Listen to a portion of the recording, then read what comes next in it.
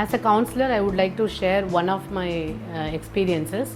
A student came to me. The student is not from Chennai. They came from a place outside Chennai. They traveled all the way because the child wanted to do medicine because he was inspired by the authority, the respect, value his father had from the hospital employees as well as the patients. But he also had passion for engineering, particularly mechanical engineering. And the father he, as on date also, he is a very senior doctor, and naturally he wanted his son to become a doctor. So they had little bit of confusion, so they came to me to find out what would really suit the boy. After interacting with the student, I clearly understood that the student cannot take up overloads or cannot take up the load of subjects required for medicine, and the result also gave the option of only engineering for the student. So finally, when they saw the report, they understood the reality, they made up their mind, and they went back with a clear mindset. The student joined engineering, and today he is very happily doing his engineering in an engineering college in Chennai.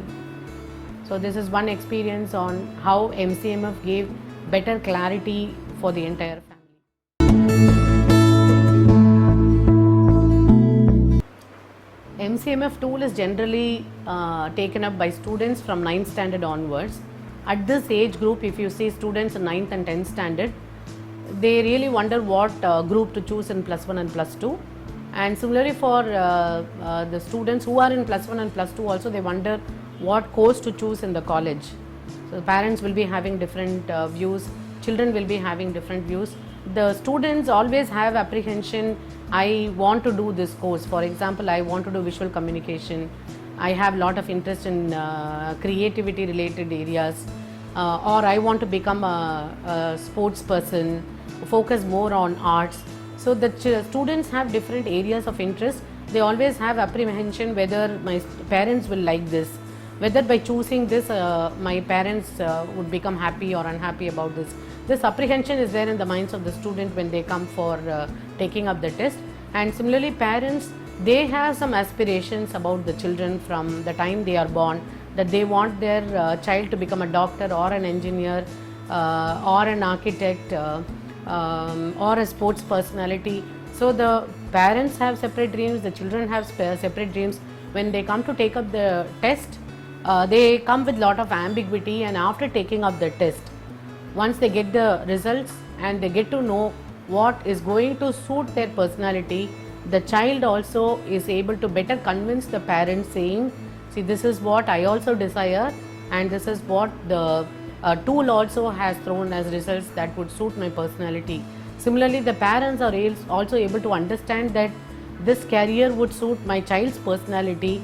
The tool forms as a bridge in connecting the aspirations and the interests of the students as well as the parents, and they live happily.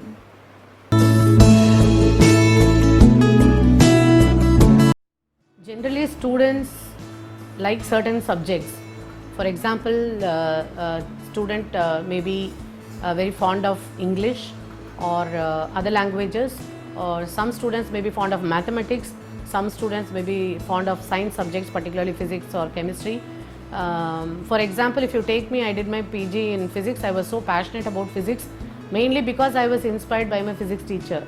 I had a flair for English also because of my English teacher.